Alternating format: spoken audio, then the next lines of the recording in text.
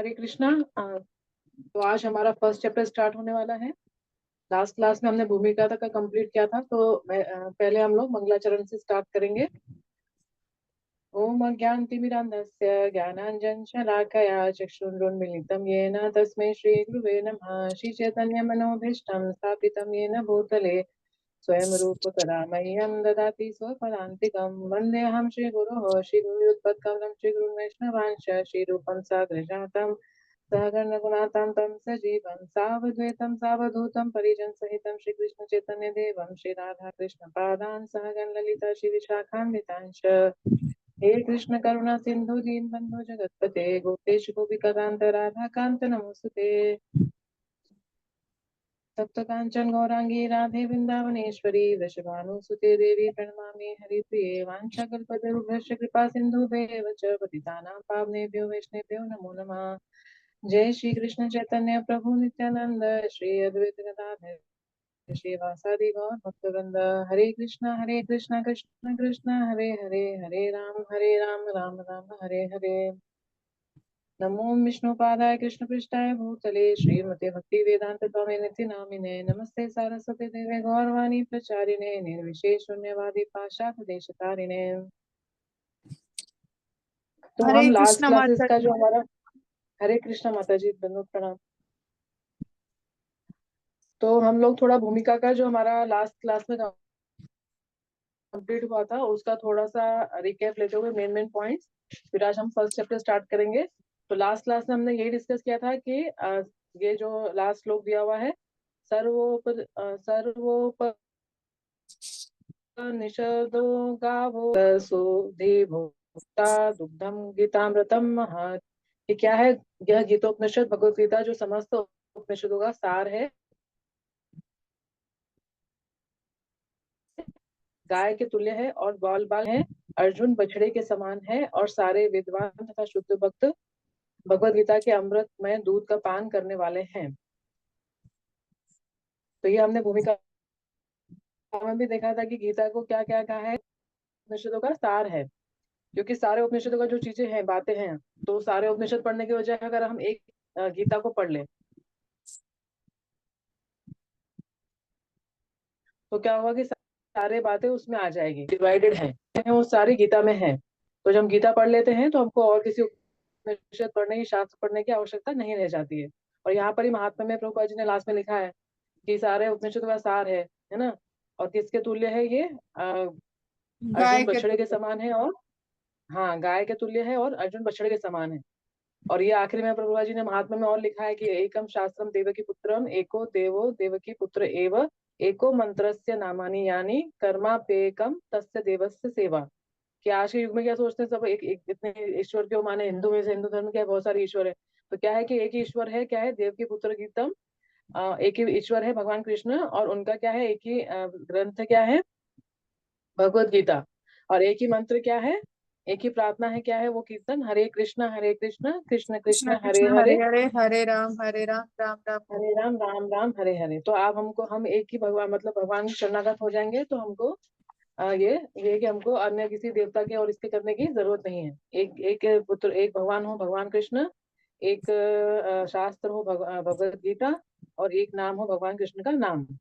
तो ये हमने एंड किया था। फिर हमने क्या समझा था कि गीता को क्या किया गया है? 3 पार्ट्स में डिवाइड किया गया है। जैसे गीता में कितने चैप्टर हैं टोटल? 18 अध्याय है। हाँ, तो 18 को हम 3 भागों में बांटा गया है। जिसमें कि फर्स्ट क्या है, 6 को क्या बोला जाता है? कर्म। कर्म योग, और सेंटर वालों को क्या कहते हैं? मिडिल वालों को वन भक्ति टू योग, सिक्स तो कर्म हो गया, हाँ। 7 to 12, 7 to 12 12 को भक्ति योग, हाँ। और 13 to 18 को ज्ञान योग।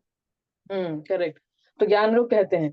तो इसमें ये है कि ये हम पढ़ेंगे। तो आगे हमने ये डिस्कस किया था कि जैसे कि भक्ति योग को ही भगवान ने क्या किया है? सबसे इम्पोर्टेंट दिया है ना। पर अलग अलग टाइप के लोग हैं, कोई कर्म करना पसंद करता है, कोई ज्ञान मार्ग पे पसंद करता है, पर भगवान के लिए सर्वोपरि क्या है? भक्ति योग। जो भगवान ने 6.47 श्लोक में भी कहा है, योगी नाम अपि सर्वेशम मद गतेरंतर आत्मना श्रद्धावान भजते माम यो समय युक्तो तमो मतः। कि मेरे मत में क्या है कि भक्ति योगी सर्वोत्तम है। तो वो हम आगे सीखेंगे। और फिर हमने सीखा था कि भगवत गीता में क्या है, 5 टॉपिक पे पूरा बोला गया है भगवत गीता। उसमें से 5 टॉपिक क्या है? फर्स्ट है ईश्वर, दूसरा है जीव, तीसरा है प्रकृति, फोर्थ है कर्म और फिफ्थ है काल। तो ये पांचों बातों पे ही पूरा भगवत गीता में आएंगे टॉपिक्स। अब हो सकता है किसी श्लोक में कर्म के बारे में बताएंगे, किसी में प्रकृति के बारे में, किसके बारे में, और किसी में एक ही श्लोक में हो सकता है 2 टॉपिक कवर हो जाए। तो ये हम इसे देखेंगे। जैसे 700 श्लोकास हैं, तो उसमें इन सब बातों पे ही चर्चा हुआ है। मेन 5 टॉपिक कौन से? ये 5। फिर हमने समझा था कि जैसे कि 5 टॉपिक हैं, तो उसमें से क्या कौन ये चार चीजें तो शाश्वत है। ईश्वर, प्रकृति, जीव और काल। पर कर्म क्या है? कर्म को हम अपने भक्ति योग करें, भक्ति करें तो उसको हम क्या कर सकते हैं? समाप्त कर सकते हैं। तो शाश्वत का मतलब क्या होता है? कि जो अनादिकाल से चला आ रहा है और अनादिकाल तक चलता रहेगा एज इट इज, उसको हम बदल नहीं सकते, है ना।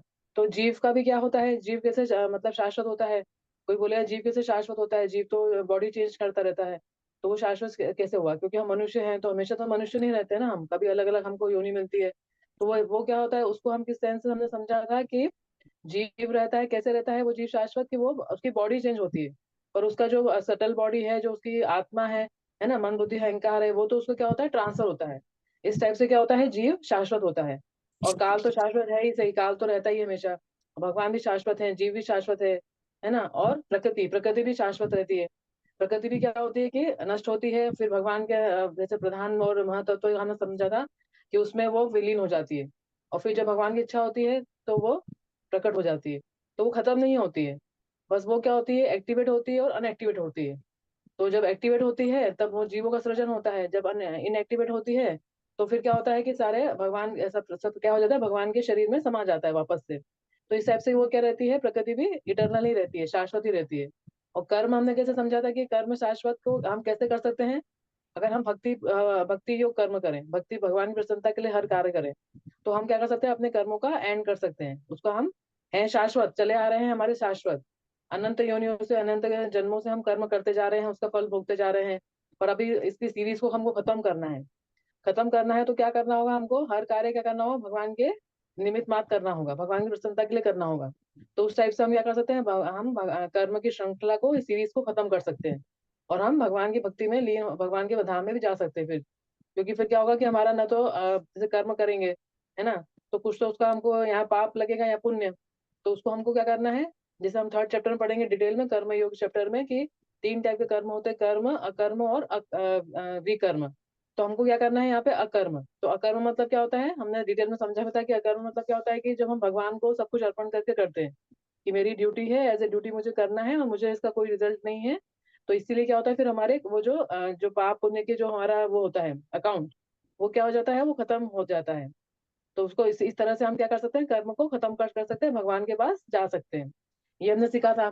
फिर क्या सीखा था हमने? कि इसको सुनने के लिए, भगवत गीता सुनने के लिए हमको क्या होनी चाहिए? श्रद्धा होनी चाहिए, है ना। हमको ऐसे चैलेंजिंग एटीट्यूड नहीं होना चाहिए कि हम बोले कि ये कैसे, है ना। एक पूछने का क्या होना चाहिए? तरीका होना चाहिए। जैसे कि हम पूछ समझते हैं ना ये चैप्टर में कि तद्विधि परिप्रातेन परिप्रश्नेन सेवया उपदिशन्ति ते ज्ञानम ज्ञानिना तत्त्वदर्शिना। तो हमको क्या करना है? कि जैसे अर्जुन को भी डाउट हुआ, कि अर्जुन जैसे पूछते हैं 4th चैप्टर में स्टार्टिंग में, कि आप कैसे बोल सकते हो कि मैं आपने मतलब ये ज्ञान पहले सूर्यदेव को दिया है ना। क्यों? क्योंकि आप तो मेरे उम्र के ही हो, हम लोग तो साथ साथ एज के हैं, और अब मतलब हम भाई हैं, है ना।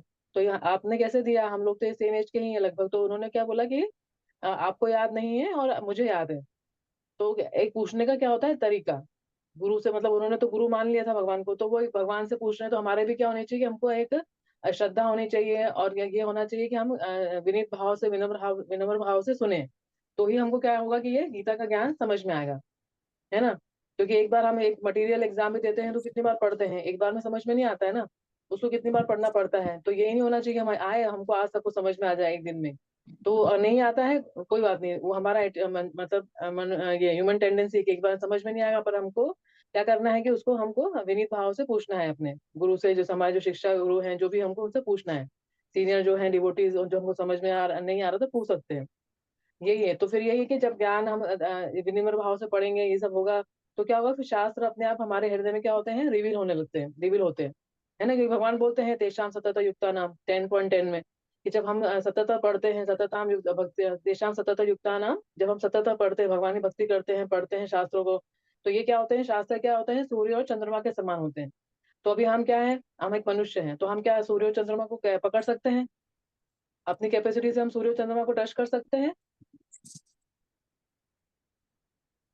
नहीं कर सकते ना अपने अपनी कैपेसिटी से। तो अगर नहीं सूर्य और माता। चंद्रमा, हाँ नहीं कर सकते। तो अगर हमारी क्या, अगर अगर वो नीचे आ जाए, कृपा करके सूर्य और चंद्रमा नीचे आ जाए, इन जैसे एग्जाम्पल दे रही हूँ मैं कि अगर वो नीचे आ जाए तो हम उनको टच कर सकते हैं। तो इसे शास्त्रों का ज्ञान क्या है, हाई लेवल का है। हम ये है, हम समझ, हमारी कैपेसिटी उतनी बुद्धि नहीं है। पर हम अगर विनम्र भाव से पढ़ेंगे और बार बार पढ़ेंगे, समझने का प्रयास करेंगे, तो क्या होगा, हृदय में तो भगवान बैठे हैं परमात्मा रूप में। तो क्या करेंगे, वो हमारे को समझाएंगे, हमको अंदर से भी उपदेश देंगे, और बाहर से भी हमको क्या करेंगे, ऐसे भक्तों का संग देंगे, है ना। हम लोगों का सबका एक्सपीरियंस है, हम भक्ति में जैसा है, कोई शुद्ध भक्त ने हमको कभी इनवाइट किया टेम्पल में, या हमको कभी प्रसाद दिया, है ना, या हम कभी कीर्तन हमको अच्छा लगा, हम कीर्तन में चले गए, फेस्टिवल में चले गए। तो इसे हमारा क्या हुआ कि हमको भगवान से कृपा मिली हमको वहाँ पे। तो हम क्या करें, भगवान की कृपा करके हम क्या हो गए, कनेक्ट हो गए मंदिर से, टेम्पल से कनेक्ट हो गए, फिर हम जब करने लगे। तो यही है कि हम पे कृपा होगी भगवान की, जब हम अंदर से, भगवान हमको अंदर से भी ज्ञान देंगे और बाहर से भी हमारा अरेंजमेंट करेंगे। तो इस टाइप से हमको क्या होगा, फिर हम भगवान के इस संदेश को, इस भगवान के इस ज्ञान को हम समझ सकते हैं, हृदय में धारण कर सकते हैं, और उस टाइप से हम उसको जीवन में भी अप्लाई कर सकते हैं। तो ये हमने समझा था भूमिका में। इसके बाद आता है गुरु परंपरा। तो हम गुरु परंपरा को प्रणाम करते हुए और आगे का हम फर्स्ट चैप्टर स्टार्ट करेंगे। तो फर्स्ट चैप्टर का नाम क्या है, अध्याय 1, कुरुक्षेत्र के युद्ध स्थल में सैन्य निरीक्षण। तो फर्स्ट श्लोक है, धृतराष्ट्र उवाच धर्मक्षेत्रे कुरुक्षेत्रे संवेतायुयुत्सवः मामकाः पांडवाश्चैव किं कुर्वत Sanjay. Translation and purport by his divine grace A C Bhaktivedanta स्वामी शिला प्रभुपाद की जय। माता जी आप अनुवाद और तात्पर्य आप पढ़िए। हरे कृष्णा माता। हरे कृष्ण। अनुवाद शिला प्रभुपाद जी के द्वारा। शिला प्रभुपाद जी की जय। धृतराष्ट्र ने कहा, हे संजय, धर्म भूमि कुरुक्षेत्र में युद्ध की इच्छा से एकत्र हुए मेरे और तथा पांडु के पुत्रों ने क्या किया। तात्पर्य शिला प्रभुपाद जी के द्वारा। शिला प्रभुपाद जी की जय। भगवत गीता एक बहुपठित आशक्ति विज्ञान है जो गीता महात्मा में 4 रूप में दिया हुआ है। इसमें यह उल्लेख है कि मनुष्य को चाहिए कि वह श्री कृष्ण के भक्ति की सहायता से संप्रेक्षण करते हुए श्रीमद् भगवत गीता का अध्ययन करे और स्वार्थ प्रेरित व्याख्याओं के बिना उसे समझने का प्रयास करे। अर्जुन जिस प्रकार से साक्षात भगवान श्री कृष्ण जी से गीता सुनी, उसका उपदेश ग्रहण किया, इस प्रकार की स्पष्ट अनुभूति का उदाहरण श्रीमद् भगवत गीता जी में ही है। यदि उसी गुरु परंपरा से निजी स्वार्थ से प्रेरित हुए बिना किसी को श्रीमद् भगवत गीता समझने का सौभाग्य प्राप्त हो, तो वह समस्त वैदिक ज्ञान तथा विश्व के समस्त शास्त्रों के अध्ययन को पीछे छोड़ देता है। पाठक को श्रीमद् भगवत गीता में न केवल अन्य शास्त्रों की सारी बातें मिलेगी, अपितु ऐसी बातें भी मिलेगी जो अन्यत्र कहीं उपलब्ध नहीं है। यही गीता का विशिष्ट मानदंड है। स्वयं श्री कृष्ण भगवान जी द्वारा साक्षात उच्चरित होने के कारण यह पूर्ण आशक्तिक है, विज्ञान है। महाभारत में वर्णित धृतराष्ट्र तथा संजय की वार्ताएं इस महान दर्शन के मूल सिद्धांत का कार्य करती है। माना जाता है कि इस दर्शन की प्रस्तुति कुरुक्षेत्र के युद्ध स्थल में हुई, जो वैदिक युग में पवित्र तीर्थ स्थल रहा है। इसका प्रवचन भगवान द्वारा मानव जाति के पथ प्रदर्शन हेतु जब किया गया, जब इस श्लोक में स्वयं उपस्थित थे।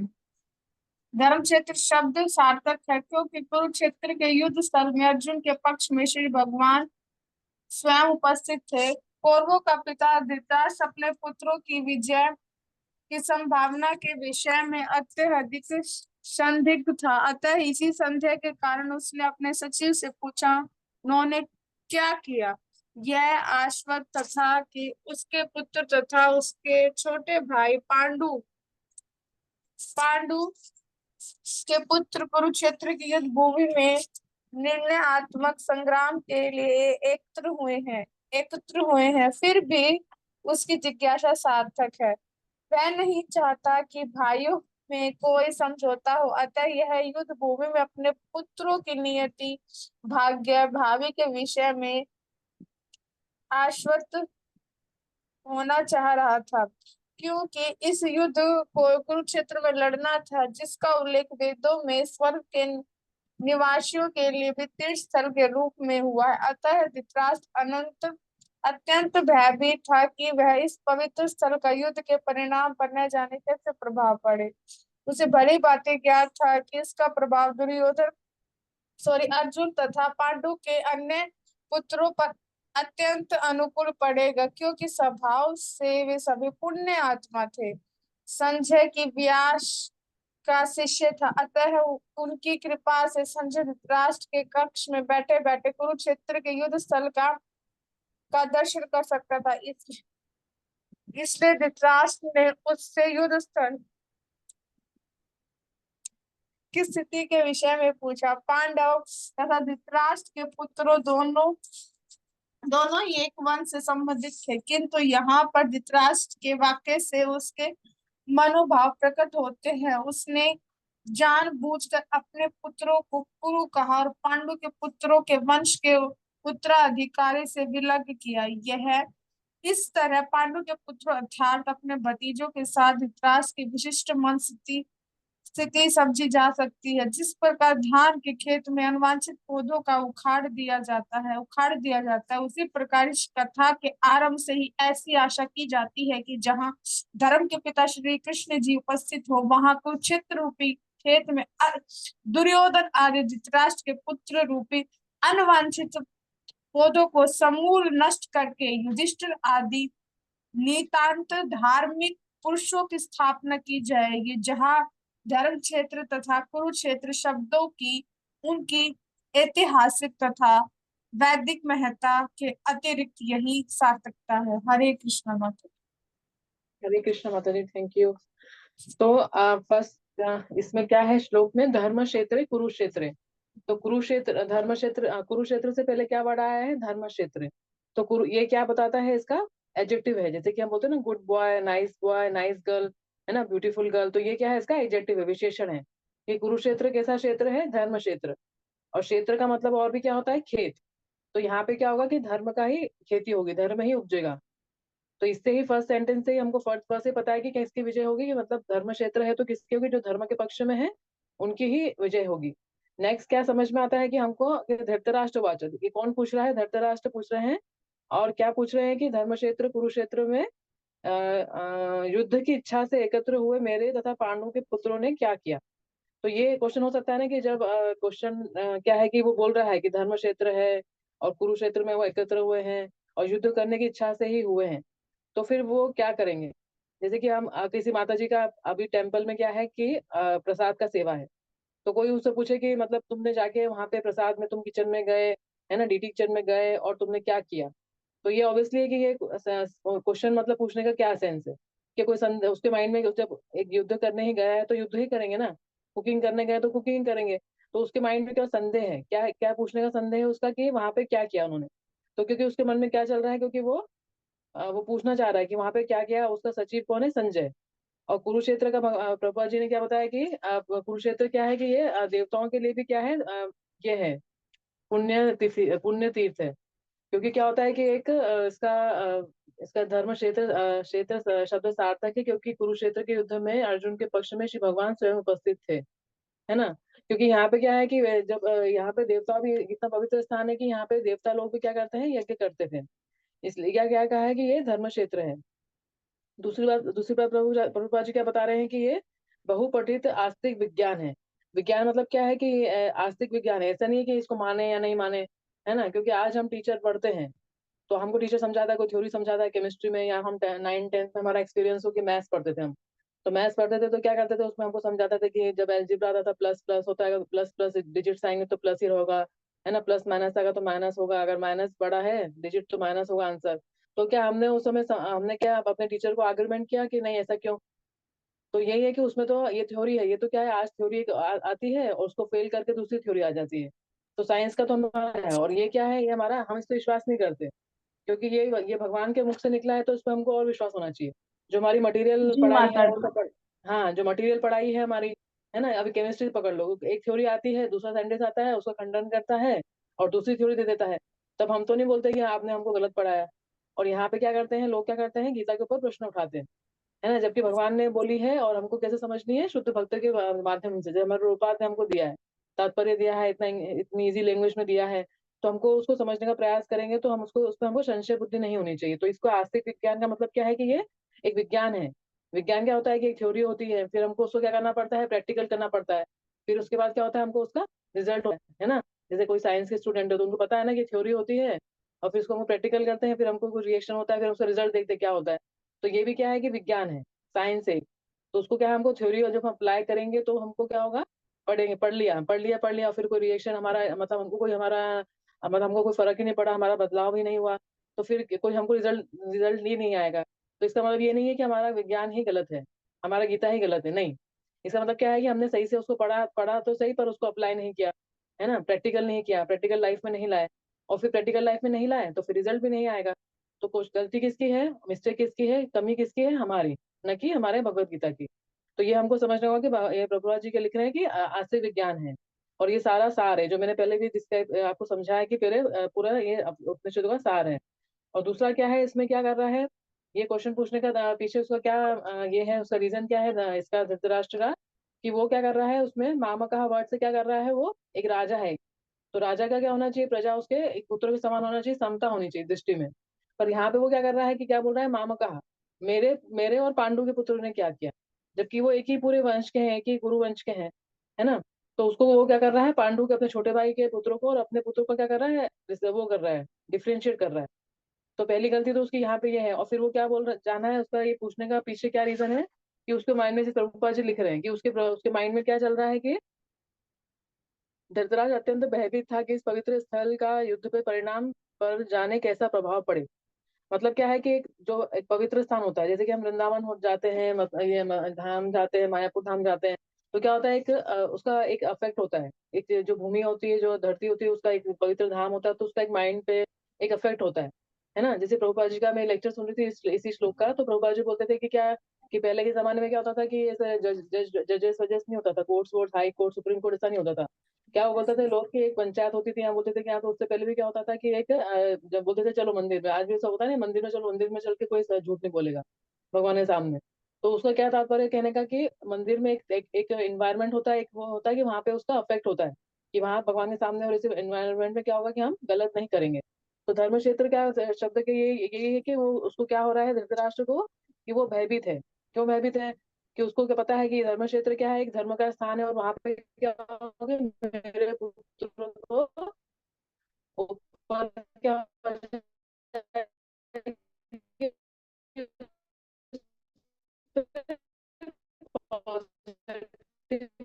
अनुकूल प्रभाव ना पड़ जाए। और ऐसा नहीं हो कि वो युद्ध न करे, है ना। क्योंकि मैंने आपको पहले समझाया कि उसको पूछने का तात्पर्य क्या है, जब वो बोल रहा है कि युद्ध की इच्छा से गए हैं, तो फिर क्या करा, युद्ध ही करा ना। तो क्यों पूछा ऐसा, क्योंकि उसको संदेह है कि युद्ध करा के नहीं कराए। और क्यों संदेह है, क्योंकि उसको पवित्र भूमि के ऊपर ऐसा है कि पवित्र भूमि का मेरे पुत्रों पे क्या हो, अनुकूल प्रभाव न पड़े, तो ऐसा नहीं हो कि वो युद्ध न करे और उनको पांडवों को राज्य दे दे। हरे कृष्णा माता जी, आवाज स्टक हो रही है। और उसकी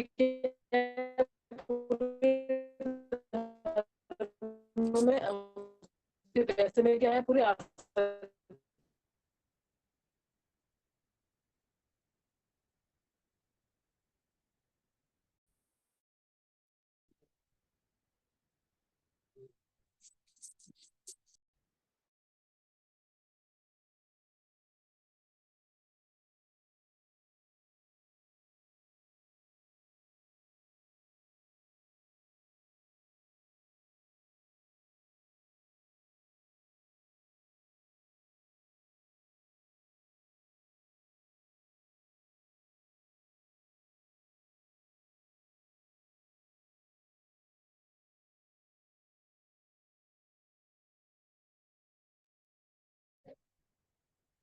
हरे कृष्ण माता जी, आवाज आ रहा है? बीच में थोड़ा हाँ नेटवर्क जी प्रॉब्लम हो गया। माता जी, अब आ तो रही। कहाँ तक आपने आवाज आया था आपको, मतलब डिस्टरबेंस नहीं था? वो आप बता रहे थे कि कुरुक्षेत्र के तीर्थ स्थल का प्रभाव। हाँ, तो वो है कि वो सोच रहा है कि मेरे पुत्रों पे क्या हो जाए, अनुकूल प्रभाव ना पड़ जाए। और वो क्या करेगी, मैं अपना ये छोड़ के, दावा छोड़ के, युद्ध छोड़ के क्या करें कि पांडवों को दे नहीं दे, उनका आधा राज्य न दे दे। और सेकंड, उसको क्या आशा है कि ये तो भय है, उसको आशा क्या है उसको, कि वो सोच रहा है कि क्या है कि पांडव तो क्या है, ऑलरेडी धर्म के साइड में है। तो हो सकता है कि उनपे धर्म का और प्रभाव, धर्म क्षेत्र का और प्रभाव पड़े, और वो क्या करेंगे, अपने आप ही बिना लड़े ही क्या हो जाए, वो चले जाए। तो उसको दो टाइप के डाउट्स हो रहे हैं। एक तो उसको संदेह हो रहा है कि छोड़, मतलब मेरे पुत्र ने दावा छोड़ दें, और हो सकता है कि पांडव अपना दावा छोड़ के न चले जाएं। तो वो चाहता है कि वो राजा है, पर उसको क्या होना चाहिए कि युद्ध युद्ध और ये भेदभाव नहीं करना चाहिए। और पर वो क्या कर रहा है, भेदभाव कर रहा है, वो चाहता ही नहीं है कि वो उनको उनको कुछ मिले पांडवों को, है ना, जबकि धर्म के हिसाब से उनको मिलना चाहिए, क्योंकि युधिष्ठिर महाराज के यहाँ सबसे बड़े हैं, और सबसे बड़ा पुत्र ही और राजा के इस गद्दी पे बैठता है। तो वहां पे उसको वो अलग कर दे रहा है। तो यही है। और धर्म क्षेत्र का भी हमने समझा, और हमने ये समझा कि आखिरी में क्या लिख रहे हैं रूपा जी की, यह होता है कि जब खेती होती है तो क्या होता है कि अवांछित पौधों को उखाड़ के फेंक दिया जाता है। तो ये दुर्योधन और धृतराज, ये सब क्या है, अवांछित पौधे हैं। और उनको समूल नष्ट करके युधिष्ठिर आदि नितान धार्मिक पुरुषों की स्थापना की जाएगी। यहाँ पर धर्म क्षेत्र और कुरुक्षेत्र शब्दों की उनके ऐतिहासिक तथा वैदिक महत्ता के अतिरिक्त यही सार्थकता है ना है ना माता जी? तो अभी हम नेक्स्ट श्लोक पढ़ेंगे। संजय उवाच दृष्टा दृष्ट्वा तु पाण्डवानीकं व्यूढं दुर्योधनस्तथा आश्चर्यमुपसंगम्य राजा वचनमब्रवीत्।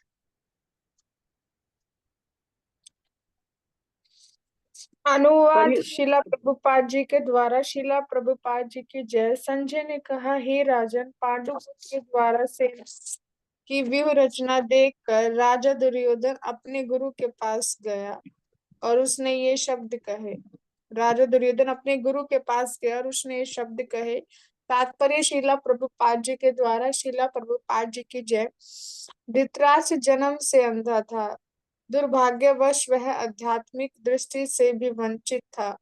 वह यह भी जानता था कि उसी के समान उसके पुत्र भी धर्म के मामले में अंधे हैं, और उसे विश्वास था कि वे पांडवों के साथ कभी भी समझौता नहीं कर पाएंगे, क्योंकि पांचों पांडवों जन्म से ही पवित्र थे। फिर भी उसे तीर्थ स्थान के प्रभाव के विषय में संदेह था। इसलिए संजय युद्ध भूमि की स्थिति के विषय में उससे प्रश्न के मंतव्य को समझ गया। अतः वह निराश राजा को प्रोत्साहित करना चाह रहा था। उसने उसे विश्वास दिलाया कि उसके पुत्र पवित्र स्थान के प्रभाव में आकर किसी प्रकार का समझौता नहीं जा रहे हैं। उसने राजा को बताया कि उसका पुत्र दुर्योधन पांडवों की सेना को देखकर तुरंत ही अपने सेनापति द्रोणाचार्य को वास्तविक स्थिति से अवगत कराने गया। यद्यपि दुर्योधन को राजा कहकर संबोधित किया गया, तो भी स्थिति की गंभीरता के कारण उसे सेनापति के पास जाना पड़ा। अतएव दुर्योधन राजनीतिक बनने के लिए सर्वथा उपयुक्त था, किंतु जब उसने पांडवों की व्यूह रचना देखी तो यह उसका यह कूटनीतिक व्यवहार उसके भय को छिपा न पाया। हरे कृष्ण माता जी। तो अभी जैसे कि संजय का हमने समझा कि संजय कौन है, दुर्योधन के, ये धृतराष्ट्र के क्या है, सेवक हैं। और वो उनको अपने वेद व्यास, जैसे हमने पढ़ा लास्ट श्लोक में, कि उनको अपने गुरु वेद व्यास से क्या है, उनको शक्ति मिली हुई है, जिसके के कारण वो क्या कर पा रहे हैं कि ये कर पा रहे हैं, ये सब उनको बता पा रहे हैं, वहां बैठ के ही वो दिव्य दृष्टि के से उनको बता पा रहे हैं कि वहां पर क्या हो रहा है, ये कुरुक्षेत्र में क्या हो रहा है। तो अभी आगे संजय बोल रहे हैं, पहला श्लोक किसने बोला, धृतराष्ट्र ने। अब संजय क्या बोल रहे हैं कि नहीं नहीं, आप टेंशन मत लो, आप संदेह मत करो, कि युद्ध तो होगा, ये कोई दुर्योधन ने देखा है। और अभी क्या बोल रहा है वो, कि संजय ने कहा कि हे राजन, पुत्रों द्वारा सेना की व्यवस्था देखकर राजा दुर्योधन अपने गुरु के पास गया और उसने ये वचन कहे। तो क्या कर रहा है कि उन्होंने बोला कि आप संदेह न करें कि युद्ध तो होगा, क्योंकि इसमें क्या कहा गया है, हे राजन। और किसका क्या है, राजा दुर्योधन। तो राजन, दो दो राजा तो नहीं हो सकते, एक धृतराष्ट्र राजा है, और किसको, दूसरा राजा दुर्योधन को भी कह रहा है वो। तो राजा कहने का क्या तात्पर्य है उसका, क्योंकि वो तो युवराज है दुर्योधन तो। तो उसको राजा कहने का क्या तात्पर्य है कि वो कूटनीति कर रहा है, वो एक पॉलिटिक्स करने के तरीके से गया है अपने गुरु के पास। क्योंकि वो गुरु उसने क्या करा कि पांडवों की सेना व्यूह रचना देखी, क्योंकि अपने आप में वो भयभीत है। अब क्यों भयभीत है? क्योंकि उनकी पांडवों की सेना कितनी है, 7 अक्षौहिणी है, और उसकी कितनी है, 11। तो वो देख के ये कि ये इन लोगों ने अभी पांडवों ने तो इतना बड़ा ये वनवास काटा है, 13 साल का, 14 साल, अभी वो अज्ञातवास काटा है, तो इनके पास इतनी बड़ी सेना आई कहाँ से, और इतनी व्यूह रचना स्ट्रांग है इनकी। तो ऐसे करने के लिए वो क्या गया है कि वो एक तरीके से भयभीत है। आचार्य क्या बोलते हैं कि क्यों गया है, वो गुरु के पास कोई आदर भाव से या उनका आशीर्वाद लेने नहीं गया है, इसलिए उसको यहाँ पे राजा कहा गया है, कि वो राजा दुर्योधन अपने गुरु के पास गया और ये शब्द कहे। तो प्रभुपाद जी भी लिख रहे हैं कि वो क्या है कि धृतराष्ट्र जन्म से अंधा है और दुर्भाग्यवश वो आध्यात्मिक दृष्टि से भी वंचित है ना। और वो अपने ऐसे पुत्र और मोह में आसक्ति में इतना है कि वो समझ नहीं पा रहा है कि ये गलत कार्य कर रहा है वो। और वो सोच रहा है कि ये नहीं हो जाए, ये समझौता नहीं हो जाए, ये सब नहीं हो जाए, ये सब कर रहा है इसलिए। पर वो उसको फिर उसका जो सचिव है वो क्या बोल रहा है कि नहीं, आप ऐसा संदेह न करें। और दुर्योधन तो क्या है, राजा कहकर संबोधित किया गया है, क्योंकि वो अपने सेनापति के पास गया। सेनापति के कौन है, सेनापति तो भीष्म है, पर वो भी गुरु के पास गया है, और गुरु के पास जाके क्या कहता है, कूटनीति कर रहा है, इसलिए उसको क्या कहा गया है, राजा, है ना। क्योंकि उसके कूटनीतिक व्यवहार उसके भय को छिपा ना सका। तो भय उसको यही है कि इतनी बड़ी सेना कहाँ से आ गई इनके पास। और उनकी व्यूह रचना देखते ही वो क्या गया, अपने गुरु के पास गया। आगे क्या कहता है, पश्येताम पांडु पुत्राणाम आचार्य महितिम च मुम यूणाम द्रुपद पुत्रेण तव शिष्येण धीमता। पढ़िए माता जी। अनुवाद शीला प्रभुपाद जी के द्वारा। शीला प्रभुपाद जी के जय। हे आचार्य, पांडुपुत्र की विशाल सेना को देखें, जिससे आप आपके बुद्धिमान शिष्य द्रुपद के पुत्र ने इतने कौशल से व्यवस्थित किया है। तात्पर्य शीला प्रभुपाद जी के द्वारा। शीला प्रभुपाद जी की जय। परम राजनीतिज्ञ दुर्योधन महान ब्राह्मण सेनापति द्रोणाचार्य के दोषों को इंकित करना चाहता था। अर्जुन की पत्नी द्रौपदी के पिता राजा द्रुपद के साथ द्रोणाचार्य का कुछ राजनीतिक झगड़ा था। इस झगड़े के फलस्वरूप द्रुपद ने एक महान यज्ञ संपन्न किया, जिससे उसे एक ऐसा पुत्र प्राप्त होने का वरदान मिला जो द्रोणाचार्य का वध कर सके। द्रोणाचार्य इसे भली भांति जानता था, किंतु जब द्रुपद का पुत्र धृष्टद्युम्न युद्ध शिक्षा के लिए उसको सौंपा गया तो द्रोणाचार्य को उसे अपनी सारी सैनिक रहस्य प्रदान करने में कोई झिझक नहीं हुई।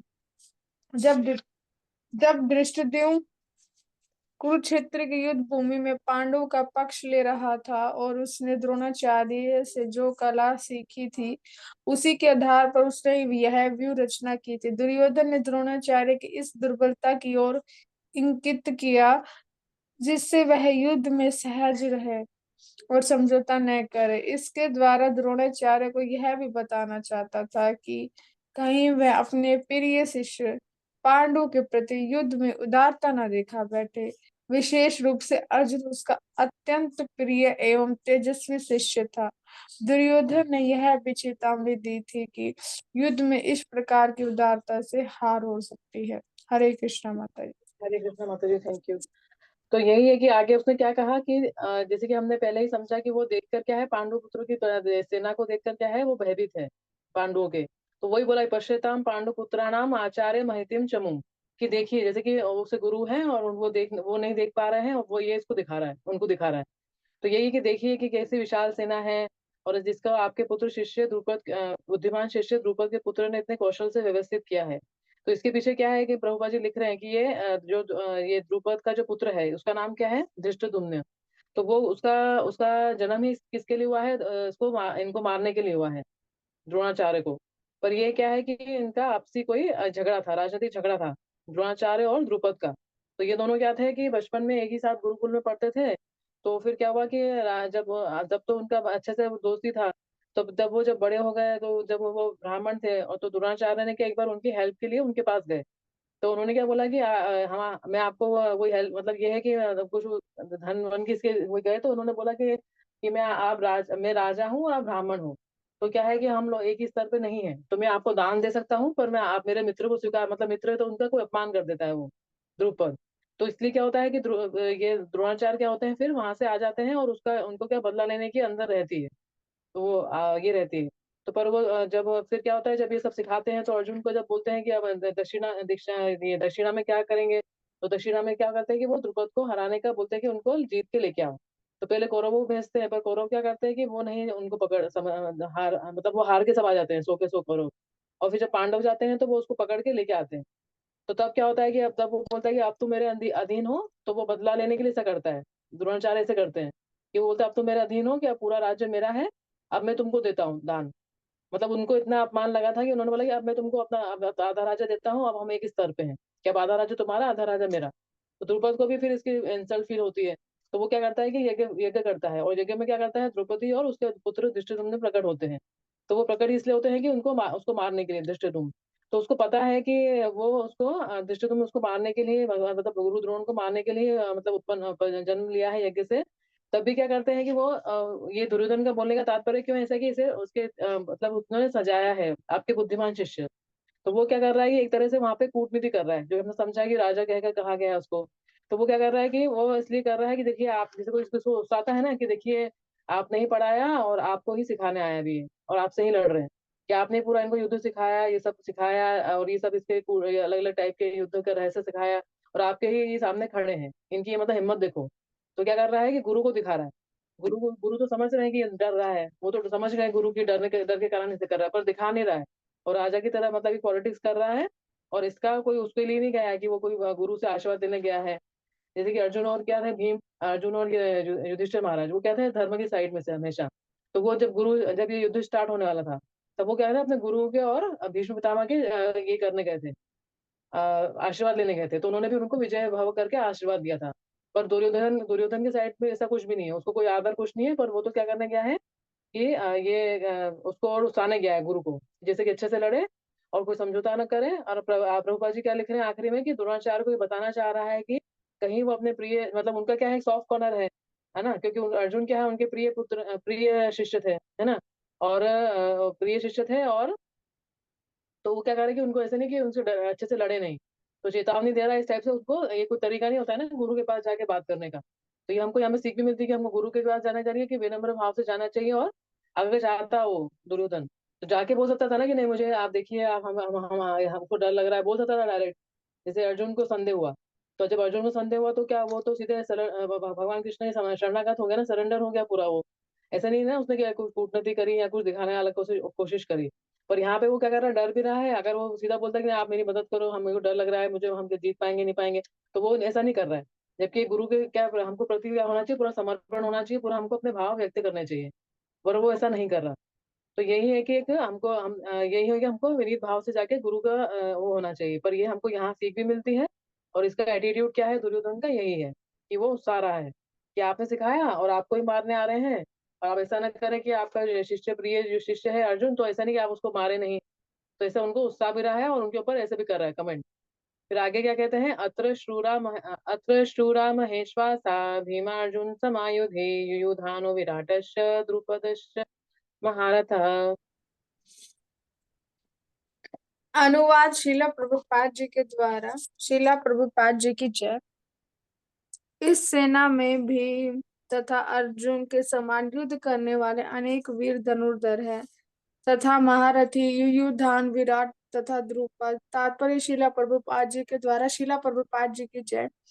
यद्यपि युद्ध कला में द्रोणाचार्य की महान शक्ति के समक्ष धृष्टद्युम्न महत्वपूर्ण बाधक नहीं था, किंतु ऐसे अनेक योद्धा थे जिनसे वह था। दुर्योधन इन्हें विजय पथ में अत्यंत बाधक बताता है, क्योंकि इनमें से प्रत्येक योद्धा भीम तथा अर्जुन के सामान्य के समान दुर्जय था, और उसे भीम तथा अर्जुन के बल का ज्ञान था, इसलिए वह अन्यों की तुलना इन दोनों से करता है। हरे कृष्ण माता। हरे कृष्ण। तो यही है कि ये कि उसका एटीट्यूड पता चल रहा है, और किसको कर रहा है वो कब बता रहा है कि जैसे कि पहले क्या होता था कि जैसे किसको पता हो कि ये मेरे लिए ही जन्म है, जैसे गुरु द्रोण है। तो उनमें इतनी महानता थी, कि इतनी मतलब उदारता थी, कि उनको पता है कि मेरे लिए ही जन्म है, तभी उसको क्या करा, सारा ज्ञान दे दिया। है ना। फर्स्ट थिंग तो ये हमको ये देखता है कि पिछले जब जब द्वापर नहीं होते थे कि वो पूरा ज्ञान पता चलता है, और फिर बोल रहा है कि युधिष्ठिर था कि कोई महान है, उसका उनका शिष्य ही था एक तरीके से, है ना। पर यह है कि उनको उससे भय नहीं था, पर ये दुर्योधन को खुद को भय है। और इसलिए वो बाधा क्या बता रहा है कि इसको मतलब मेन उसको किससे टेंशन है, भीम और अर्जुन से, है ना। तो वो इसलिए मेन उनका ही नाम ले रहा है, नहीं तो क्या है, उनका सेनापति तो धृष्टद्युम्न है और वो भी है, दूसरे भी है युधिष्ठिर महाराज सब, उनका पर भीम से उसका पहले शुरू से जेलसी है बचपन से ही, है ना। और अर्जुन तो महान धनुर्धर है ही, तो मेन उसको इन दोनों से ही भय है ज्यादा। तो इसीलिए वो क्या कर रहा है कि दोनों से तुलना कर रहा है कि ये दोनों बल का ज्ञान था, पर इनकी दोनों इनकी तुलना इन दोनों से करता है। फिर आगे क्या कहता है कि उनकी उनकी सेना के नाम बताता है कि उनकी सेना में कौन कौन है ना। दृष्ट महारथ का भी बताते हैं, महारथ वर्ड का भी हमारे आचार्य क्या बताते हैं कि महारथी कौन होता है, कि जो एक ही टाइम पे क्या करता है कि 10,000 धनुर्धरों से लड़ सकता है। तो इसलिए स्पेशली उनको बता रहा है कि इन दोनों को महारथ कहकर, महारथी कहकर पुकार रहा है, कि उनको पता है कि ये दोनों बहुत मतलब बहुत स्ट्रांग है, बहुत पावरफुल है, और एक ही टाइम पे 10,000 धनुर्धरों से लड़ सकते हैं। तो महारथी ये होता है। फिर अतिरथी होता है कि जो एक ही टाइम पे हजारों सैनिकों से लड़ पाए, मतलब जो चलने वाले होते हैं उनसे लड़ सकता है, अतिरथी। और एक रथी होता है कि जो एक ही टाइम पे एक से ही युद्ध करे, बस एक ही उसका ओपोनेंट हो, एक ही ऑपोजिट में उसका दुश्मन हो, उससे लड़े। तो महारथी वर्ड का हमारे आचार्य वर्ड बताते हैं मीनिंग ये सब। और फिर आगे उनको इंगित करता है कि कौन कौन महारथी हैं उसके सेना में, पांडवों की। तो वो जज कर रहा है कि उनकी सेना में कौन है। तो दृष्टकेतु चेकितानः काशीराजस्य वीर्यवान पुरुजित कुंती भोजस्य शैब्यस्य नरपंगवः।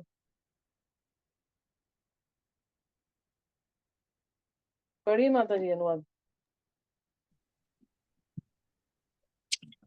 इनके साथ ही दृष्टकेतु के चितान काशीराज पुरुजित कुंती भोज तथा शेब्य जैसे महान शक्तिशाली योद्धा भी है। हाँ, तो यहाँ बताया गया है कि दृष्टकेतु, चेकितान, काशीराज, पुरुजीत, कुंती भोज तो यही हो गए जो कुंती महारानी के पिता। शेब्य उनके मामा हैं, और शिव पांडव के मामा हैं, और जैसे महान शक्तिशाली योद्धा भी हैं। और कौन के हैं, युधामन्युश्च विक्रांत उत्तम मोजाश वीर्यवान सौभद्रो द्रौपदेयाश्च सर्व एव महारथाः। पराक्रमी योद्धा मनु अत्यंत शक्तिशाली पुत्र सुभद्रा तथा पुत्र तथा द्रौपदी के पुत्र ये सभी महारथी। हरे कृष्ण। तो ये सभी क्या है, महारथी। हाँ, और महारथी का मतलब हमने क्या समझा कि कौन होता है महारथी। महारथी जो कि 10,000 धनुधरों के साथ युद्ध कर ले। एक साथ युद्ध कर सकता है वो, हाँ, एक साथ ही इतना वो 10,000। टैलेंटेड होता है। हाँ, एक साथ कर सकता है, एक ही टाइम पे वो इतने लोगों से कर सकता है। तो इसकी वो बता रहा है कि देखो कौन कौन है, जैसे कि गुरु को कुछ पता ही ना हो, है ना। मतलब साफ पता चल रहा है कि वो कैसे तरीके से बात कर रहा है और कैसे पॉलिटिक्स कर रहा है।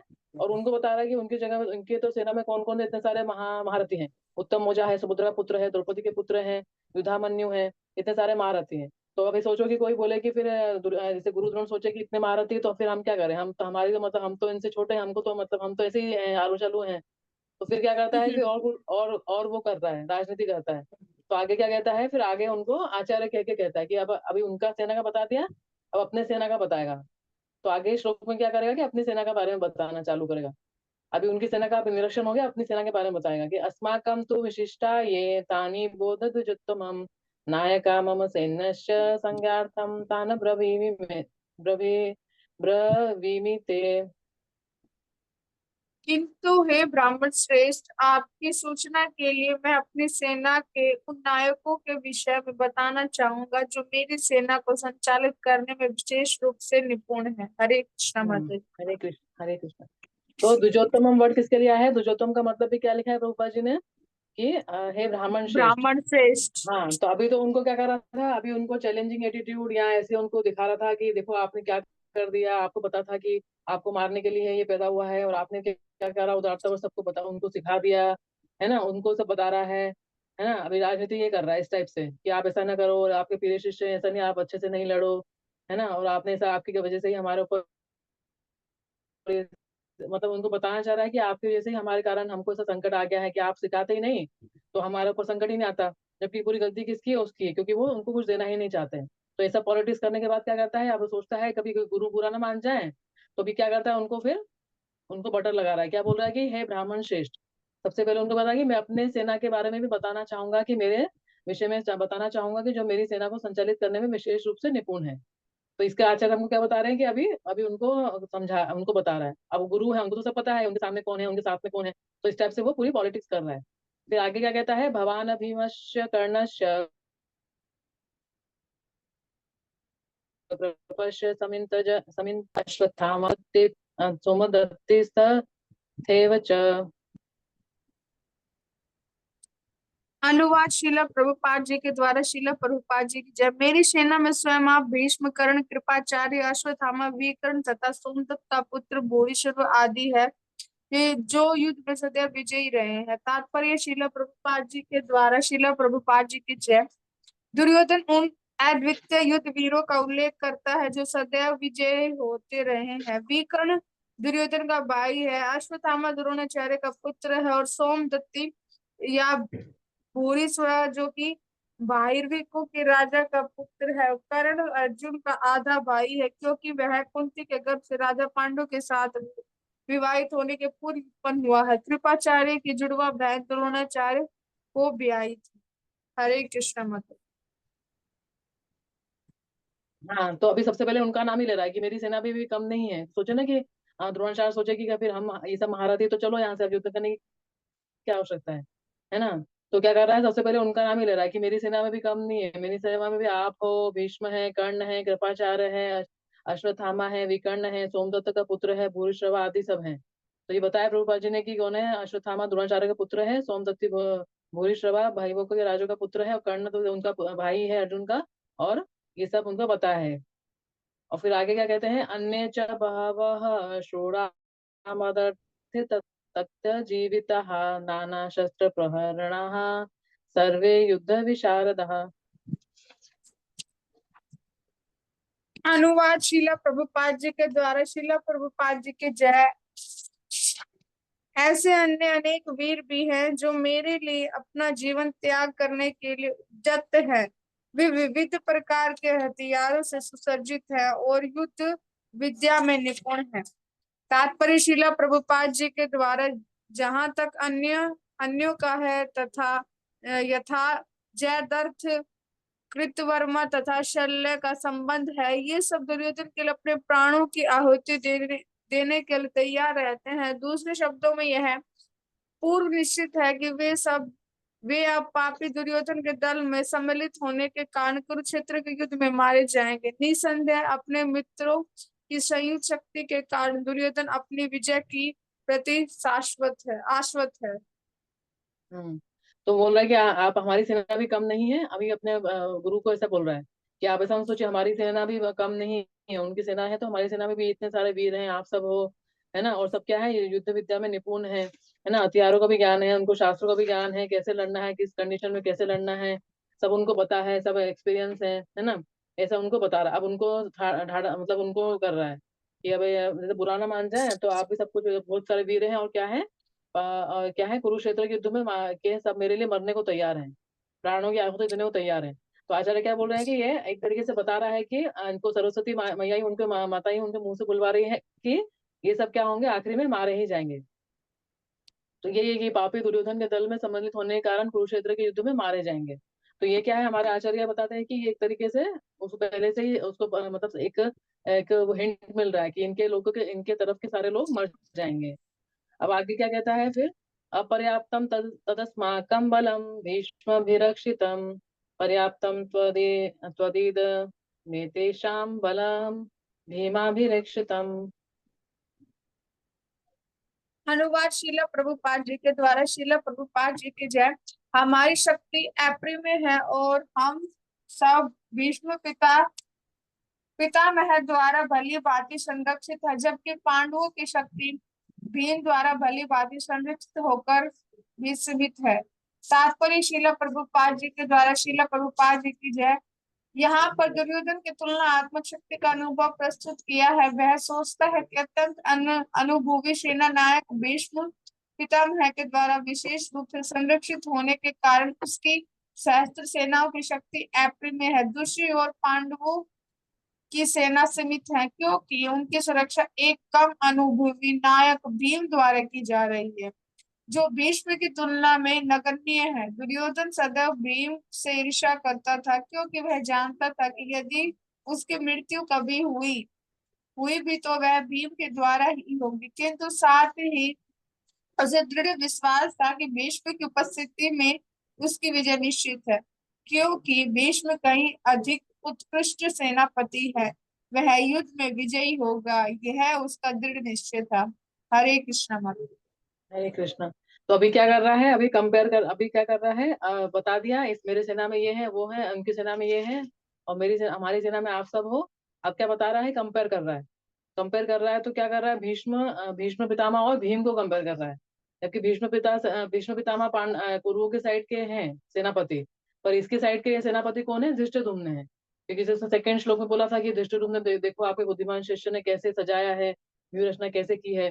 तो उनका सेनापति कौन है, धृष्टद्युम्न, जो कि है द्रुपद का पुत्र, जिसका जन्म ही क्या हुआ है, गुरु द्रोण को मारने के लिए। पर यहाँ पे भीम से क्यों कर रहा है, प्रभुपा जी क्या लिख रहे हैं कि विशेष रूप से ईर्ष्या क्या करता है, वो भीम से ही करता है। और वो हमेशा उसको पता है कि मारेगा तो मुझे कौन मारेगा, भीम ही मारेगा। और भीम की प्रतिज्ञा थी कि वो क्या करेगा, उसको वो ही मारेगा। उनकी प्रतिज्ञा शुरू में यही थी, भीम ने ही ये थी कि मैं ही सबको मारूंगा, है ना। और उसको उससे ही डर है, इसलिए उसकी कंपैरिजन किससे कर रहा है, सेनापति के बीच में होना चाहिए कंपैरिजन, पर भीम से कर रहा है, ईर्ष्यावश, है ना। और दूसरा क्या बता रहे हैं, समझ रहे हैं, इसमें समझना है कि हमको अपर्याप्त। अपर्याप्त मतलब क्या है कि भीष्म क्या है, ऑब्वियसली क्या है, एक्सपीरियंस में, एज में, सब में क्या है, भीम क्या है, भीम से क्या है, ज्यादा है। ऑब्वियसली वो पितामह है, तो उनको ज्यादा नॉलेज है, ज्यादा सब कुछ शास्त्र को ज्ञान है, युद्ध क्षेत्र युद्ध कला का सब उनको ज्यादा पता है। तो उसके कंपैरिजन में क्या कर रहा है कि भीष्म हमारे द्वारा परीक्षित है, पर वो क्या है, अनलिमिटेड है, हमारी क्या है, अनलिमिटेड है, क्योंकि उनको क्या है, बहुत सारा ज्ञान है, बहुत एक्सपीरियंस है। और भीम की सेना के द्वारा सतीशों की क्या है, सीमित है। पांडवों की सेना क्या है कि सीमित है। और उसकी किससे कर रहा है, भीम से, क्योंकि तो इसका आचार्य हमको दो मीनिंग बताते हैं। एक तो ये है कि ऑब्वियसली ये पता है कि वो ज्यादा एक्सपीरियंस है।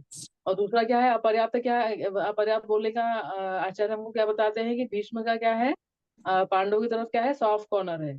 तो हो सकता है कि वो अपर्याप्त तो है, पर भीष्म क्या है करें कि अपनी पूरी पूरी उससे नहीं लड़े, पूरी शक्ति से उनको नहीं लड़े, क्योंकि उनके वो प्रिय हैं, प्रिय होते हैं। तो क्या करें कि उनको ऐसा नहीं हो कि वो अपर्याप्त तो है, पर यह है कि वो करुणामश क्या करे कि पांडवों को नहीं मारे। तो और ये इसके कारण क्या हो कि हम हार जाए। तो इस टाइप से हमको आचार्य बताते हैं, मीनिंग और भी है दो इसका, अपर्याप्त का। तो फिर आगे पढ़ेंगे कि अयनेषु च सर्वेषु यथा भागमवस्थिताः भीष्ममेवाभिरक्षतु शन्तु भवन्तः सर्व एव हि। अनुवाद शिला प्रभुपाद जी के द्वारा। शिला प्रभुपाद जी की जय। अतएव सैन्य व्यूह में अपने अपने मोर्चों पर खड़े रहकर आप सभी भीष्म पितामह को पूरी पूरी सहायता दें। तात्पर्य शिला प्रभुपाद जी के द्वारा। शिला प्रभुपाद जी की जय।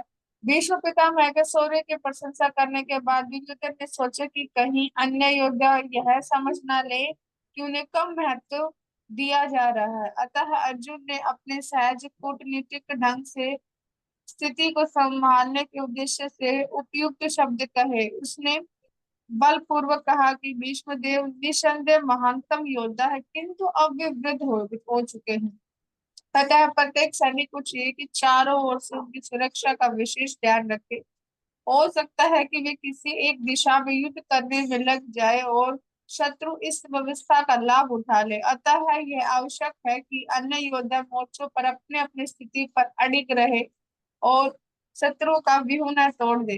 दुर्योधन को पूर्ण विश्वास था कि कुरुओं की विजय भीमदेव भीष्म देव की उपस्थिति पर निर्भर है। उस युद्ध में भी भीष्म देव तथा द्रोणाचार्य के पूर्ण सहयोग की आशा थी, क्योंकि वह अच्छी तरह से जानता था कि इन दोनों ने उस समय एक शब्द भी नहीं कहा था जब अर्जुन की पत्नी द्रौपदी का असहायावस्था में भरी सभा में नग्न किया जा रहा था, और जब उसने उनसे न्याय की भीख मांगी तो यह जानते हुए कि इन दोनों सेनापति के मन में पांडवों के लिए स्नेह था। दुर्योधन को आशा थी कि वह इस स्नेह को उसी तरह त्याग जिस तरह उन्होंने ध्रुव क्रीड़ा के अवसर पर किया था। हरे कृष्ण माता जी।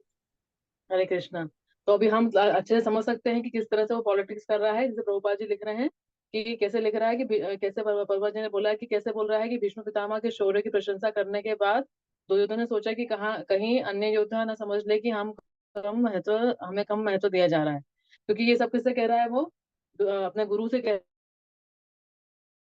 रहा है, तो वो गुरु सोचे कि नहीं, ये अगर भीष्म ही सबसे ज्यादा ये भीष्म को इंपॉर्टेंस दे रहा है, भीष्म ही अपने आप में सबको मार सकते हैं, तो हमारी क्या जरूरत है।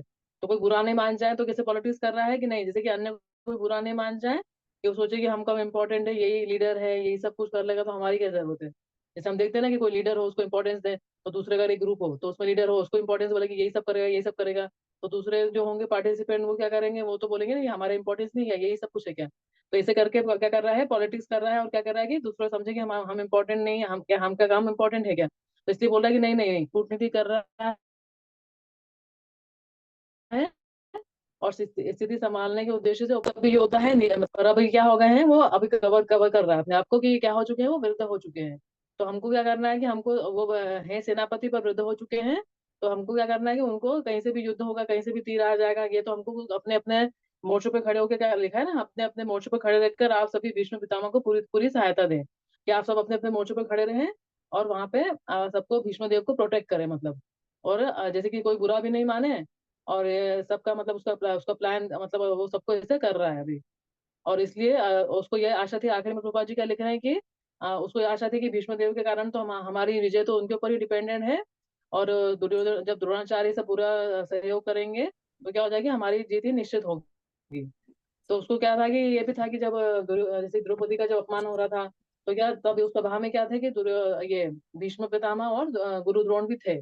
पर वो क्या था, एक राजनीतिक होने के कारण और अपने प्रतिज्ञा के कारण वो क्या कर रहे थे कि कुछ बोल नहीं पाए। तो इसलिए उसको यहाँ पे ये भी आशा है कि ये लोग अभी भी मेरा साथ ही देंगे, भले ये इनके प्रिय हो, इनका सॉफ्ट कॉर्नर हो, जैसे भीष्म पितामह का गुरु द्रोण का अर्जुन की तरफ ज्यादा झुकाव है, तो क्या करेंगे, अभी भी ये मेरा साथ ही देंगे, और जैसे कि इन्होंने मेरा दूत क्रीड़ा के समय पे दिया था।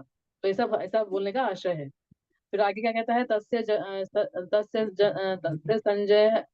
संजय न हर्षम कुरु वृद्धः पितामह सिंहनादं विनद्योषेः शंखं दद्मो प्रतापवान। अनुवाद श्रील प्रभुपाद।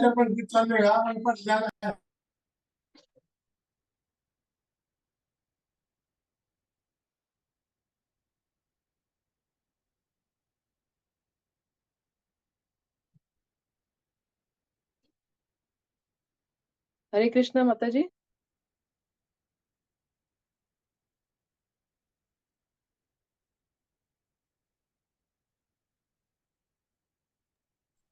अनुवाद शिला प्रभुपाद जी के द्वारा। शिला प्रभुपाद जी की जय।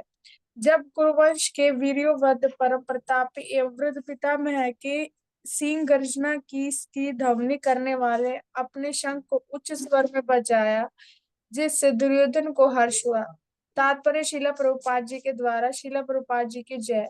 कुरुवंश के वीरवद पितामह अपने पुत्र दुर्योधन का मनोभाव जान गए और उसके प्रति अपने स्वाभाविक दयावश उन्होंने उसे प्रश्न करने के लिए अत्यंत उच्च स्वर से अपना शंख बजाया, जो उनकी सिंह के समान स्थिति के अनुरूप था। अप्रत्यक्ष रूप में शंख के द्वारा प्रति आत्मक ढंग से उन्होंने अपने हताश पुत्र दुर्योधन को बता दिया कि उन्हें युद्ध में विजय की आशा नहीं है, क्योंकि दूसरे पक्ष में साक्षात स्वयं श्री कृष्ण भगवान। फिर भी युद्ध का मार्गदर्शन करना उनका कर्तव्य था और इस संबंध में कोई कसर नहीं रखेंगे। हरे कृष्णा माता। हरे कृष्णा। तो यहाँ पे क्या किया, ये प्रभुपा जी क्या लिख रहे हैं तात्पर्य में कि कुरुवंश के वयोवृद्ध पितामह अपने पौत्र दुर्योधन के मनोभाव को जान गए। तो गुरु द्रोण तो जान ही गए कि ये भयभीत है, पर वो कुछ बोल नहीं रहे हैं, और ये साथ साथ में कौन है, पितामह भीष्म पितामह भी जान गए कि दुर्योधन का मनोभाव क्या है, वो डर रहा है। और उसको प्रसन्न करने के लिए उन्हें क्या कहा, सिंहनाद जैसा गर्जना जैसा अपने शंख को बजाया। तो है ना, जैसे कि उसको ढाढ़स बंधा है कि एक तरह से तुम डरो मत कि हम डर रहे हैं, अपना अपना अपने अपने बुरा लड़ेंगे हम, और तुम डरो मत। और प्रत्यक्ष रूप से उन्होंने प्रतीकात्मक ढंग से उन्हें अपने हताश पुत्र दुर्योधन को बता दिया कि उन्हें युद्ध में विजय की आशा नहीं है। अब दूसरा अर्थ क्या बता रहे हैं, एक तो उसको ये करा कि डरो मत, और दूसरा क्या, उनको पता है अच्छे से, क्योंकि वो तो शुद्ध भक्त ही है, महाजन है विष्णु पितामह, तो उनको पता है कि साक्षात भगवान दूसरी साइड में है और हम अधर्म की साइड से हैं, पर क्यों है, उनको कर्तव्यवश ऐसा करना पड़ रहा है ना। कर्तव्यवश मार्गदर्शन करेंगे, पर उनको पहले से ही पता है कि जीतेगा कौन, पांडव ही जीतेंगे, क्योंकि भगवान उनकी साइड में है और धर्म की साइड ही जीत होगी, जो हमने फर्स्ट श्लोक में देखा। फिर क्या कहते हैं कि ततः शंखाश्च भैर्यश्च प्रणवान प्रणवानक गोमुखाः सह सेवाभ्य हन्त हन्यन्त स शब्द मूलो भवत्।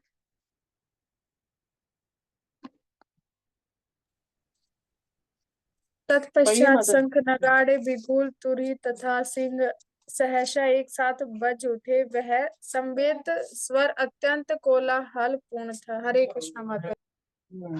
तो जैसे शंख बजा तो दूसरे क्या होगा, शंख के मतलब एक होगा प्रचलन उस टाइम पे कि ये सब बजते हैं, मतलब शंख बजे, उसके बाद शंख के बाद नगाड़े, बिगुल, तुरही और सिंह।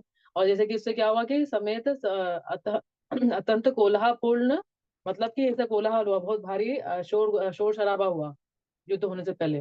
तो ये बताया गया है कि ऐसी स्थिति थी कुरुक्षेत्र में। ये शंख बजा, उसके बाद सबने अपने शंख बजाए होंगे, दुर्योधन दो साइड वालों ने, फिर ये सब हुआ, ये सब बजाए गए, नगाड़े, तुरही, सिंह, ये सब बजाए गए, और कैसा वातावरण हुआ, कोल्हापुल वातावरण हो गया। फिर आगे क्या हुआ, ततः श्वेतेर श्वेतेर हरेर हयेर युक्ते महति स्कंदने स्थितौ माधव पांडवश्चैव दिव्यो शंको प्रदधमतुः। अनुवाद शिला प्रभुपाद जी के द्वारा। शिला प्रभुपाद जी की जय। दूसरी ओर से श्वेत घोड़े द्वारा खींचे जाने वाले विशाल रथ पर आसीन श्री कृष्ण जी तथा अर्जुन अपने अपने दिव्य शंख बजाए। तात्पर्य शिला प्रभुपाद जी के द्वारा। शिला प्रभुपाद जी की जय। भीष्म द्वारा बजाए गए शंख की तुलना में श्री कृष्ण जी और अर्जुन के शंखों को दिव्य कहा गया है। दिव्य शंखों के नाद से यह सूचित हो रहा है कि दूसरे पक्ष की विजय को कोई आशा नहीं थी, क्योंकि श्री कृष्ण पांडवों के पक्ष में है। जैसे तो पांडु पुत्राणम ये शाम पक्षे जनार्दना, जय सदा पांडु के पुत्र जैसों की होती, क्योंकि भगवान श्री कृष्ण उनके साथ है, और जहाँ जहाँ भगवान विद्यमान है वहीं वहीं लक्ष्मी भी रहती है, क्योंकि वे अपने पति के बिना नहीं रह सकते। अतः जैसे ही विष्णु तथा भगवान श्री कृष्ण के शंख द्वारा उत्पन्न दिव्य ध्वनि को से सूचित हो रहा था कि विजय तथा श्री दोनों ही अर्जुन की प्रतीक्षा कर रही थी। उसके अतिरिक्त जिस रथ पर वे दोनों मित्र आसीन थे वह अर्जुन को अग्नि देवता द्वारा प्रदत्त था, और इससे सूचित हो रहा था कि तीनों लोक में जहाँ कहीं भी यह जाएगा वह विजय निश्चित है। हरे कृष्ण माता जी। हरे कृष्णा। तो अभी क्या हो रहा है कि लास्ट श्लोक में हमने क्या देखा कि कोलाहलपूर्ण मतलब एक शोर शराबा हुआ, हल्ला हुआ। और जब इन्होंने बजाया कैसे श्लोक, कैसे रथ पे बैठे हुए, श्वेत घोड़ों से खींचे जाने वाले विशाल रथ पर आसीन कृष्ण और अर्जुन ने भी अपने अपने शंख बजाए। तो उनकी ध्वनि कैसी थी, दिव्य। उनको शंखों को भी क्या कहा गया है, दिव्य शंखो प्रदधमतुः। उनके शंखों को भी क्या कहा गया है, दिव्य है। और जहाँ पे पितामह ने बजाया तो वहां पे ऐसा दिव्य ऐसा कोई वर्ड नहीं आया। और इन शंखों को दिव्य कहा गया है, और उनकी ध्वनि को भी कैसा कहा गया है, दिव्य, है ना। जिससे सूचित होता है कि कहा गया है, दिव्य शंखों के नाम से सूचित होता है कि दूसरे पक्ष की विजय की कोई आशा न थी, क्योंकि कृष्ण पांडवों के पक्ष में थे, है ना। जयस्तु पांडु पुत्राणाम ये शाम पक्षे जनार्दन, कि जहाँ पे जनार्दन होंगे, भगवान होंगे, वहीं पर ही क्या होगी, विजय होगी। इसलिए था कि क्योंकि भगवान, जहाँ भगवान रहते हैं वहीं लक्ष्मी रहती है ना। क्योंकि लक्ष्मी क्या होती है, अपने पति का साथ नहीं छोड़ती है। तो यही है कि जहाँ भगवान है तो वहीं क्या होगी, लक्ष्मी होगी। और लक्ष्मी होगी तो क्या संकेत होता है, वहां राज्य होगा। और राज्य होगा तो राज्य किसको मिलेगा, पांडवों को। तो इससे सूचित क्या होता है कि पांडवों के जीत के संकेत भी यहाँ पे हमको मिलते हैं, कि भगवान भगवान के साथ में लक्ष्मी है, तो लक्ष्मी कहाँ रहेगी, जहाँ भगवान है। तो अर्जुन की साइड की ही क्या होगी, विजय होगी। दूसरा क्या बताया गया है कि अर्जुन के जो रथ है, तो वो नॉर्मल रथ नहीं है, वो अग्नि देवता से उनको मिला है। और उस रथ पे क्या है, तीनों लोगों में जहां भी जाएगा वहां विजय निश्चित है। तो रथ भी क्या है, रथ भी स्पेशल है, फिर शंख भी स्पेशल है, फिर भगवान तो है ही स्पेशल, फिर उनकी पत्नी है लक्ष्मी। तो फिर क्या होगा, ये सारे संकेत क्या है कि पांडवों की ही जीत होगी। ऑब्वियसली जहां भगवान होंगे वहीं जीत होगी, है ना। और जो हमने पहले श्लोक में ही समझा कि धर्म क्षेत्र है, तो वहां पे क्या होगा, भगवान की साइड की धर्म की ही खेती होगी, धर्म की ही स्थापना होगी, और अधर्म को उखाड़ के भगवान क्या करेंगे, फेंक देंगे। तो आज हम लोग, टाइम भी हो गया है, तो हम लोग आज यहीं पर एंड करेंगे, और फिर नेक्स्ट क्लास में हम 15 श्लोका से स्टार्ट करेंगे। हरे कृष्णा। हरे कृष्ण माता जी। कोई क्वेश्चन है तो पूछ सकते हैं, या फिर हम वाइंड अप करेंगे क्लास। नहीं माता जी। अच्छा ठीक है। वाञ्छकल्पतरुभ्यश्च कृपा सिन्धुभ्येव च पतितानां पावनेभ्यो वैष्णवेभ्यो नमो नमः। श्रील प्रभुपाद की जय। हरे कृष्णा माता जी। Thank you so much.